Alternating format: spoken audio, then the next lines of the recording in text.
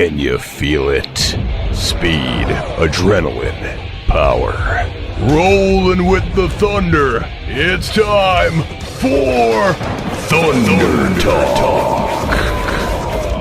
Brought to you by Jailhouse Saloon on Wild Country 99. Now, here's your host, Dan Bailey. Last Friday night was the 9th annual Rivercity Rumble at Mississippi Thunder Speedway, and the packed house in the grandstands were treated to many, many good races throughout the evening. All the divisions were racing for extra money, especially the Black Horse Bar and Grill USRA B-Mods and the River City Manufacturing USRA Modifieds. And some of that money, or I should say actually most of that money, went home with the gentleman who's going to chat with us on Thunder Talk this week, the driver of the number 95, Keith Foss. Keith, first of all, congratulations on that feature win Friday night. That was a fun one to watch. Yeah, thank you. It was pretty exciting. Starting eighth, I wasn't so sure I'd get up to the front, but we got going. There's that one late race yellow that helped a lot, and we made it up there, and then lap traffic, of course, helped some too. Yeah, Lucas Schott had opened up a pretty big lead, actually, on you and the rest of the field. You were working your way through the field in order to get up to second, and then Lucas closes in on lap traffic. You mentioned to me in Victory Lane that running second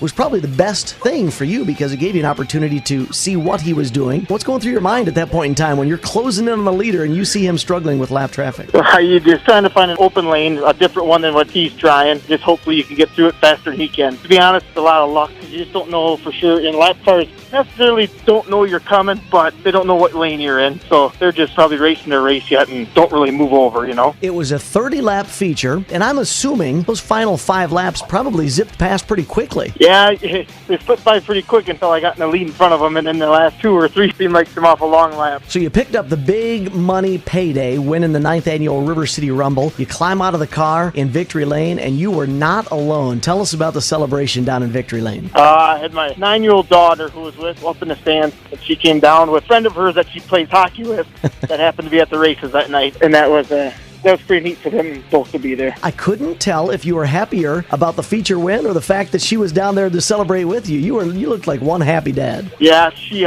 puts up a lot of time of me being gone, down here working on the car, and sometimes it's tough for a family. The feature win came at the perfect time for you. Do you feel like an event like this and a win like this really springboards you to a very successful second half of the season? Yeah, we got a new car this year. It's a Longhorn, second modified they've built, and we should only be getting better, I hope. It's been kind of a learning curve this whole spring and summer, but it's coming around and getting faster, I think. A lot of the supporters who help you out through the year are able to enjoy this win with you. Run through a list of some of the sponsors who are helping you out this year. Well, I got to thank my car owner, Jim Brink, and then I got to thank Merchants Bank, Bob Brink Incorporated, of course, Crossroad Trailers, Equality Diecast, Hogline Bait and Tackle, and of course, just a crew that helps me. My brother, a couple friends, Derek and Justin, and my dad, of course, has always helped whenever he can. And then, of course, just my family and friends for helping out whenever they can also. I also want to thank the Reitzels for the extra money and stuff that they put up Friday night. So what's the rest of the schedule look like for you through 2017? Have you kind of got it laid out all the way through September, October?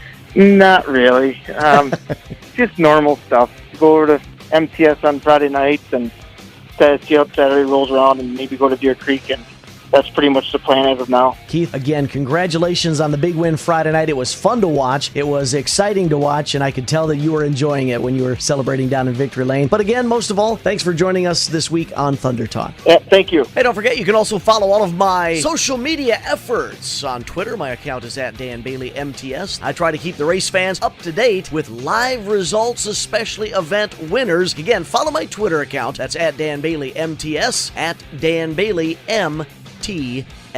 That was Thunder Talk with Dan Bailey, brought to you by Jailhouse Saloon. Listen to live trackside every Friday on AM 1380 KG Country, and don't forget to vote for the Driver of the Week on the Mississippi Thunder Speedway's Facebook page. Thunder Talk with Dan Bailey, brought to you by Jailhouse Saloon and Wild Country 99.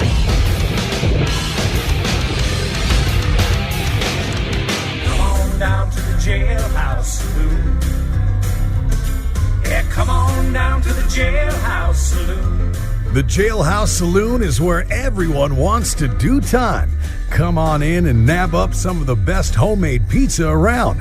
The Jailhouse has happy hour weekdays from 2 until 6, free pool on Mondays, and lunch every day at a great price. The Jailhouse Saloon, where everyone wants to do time.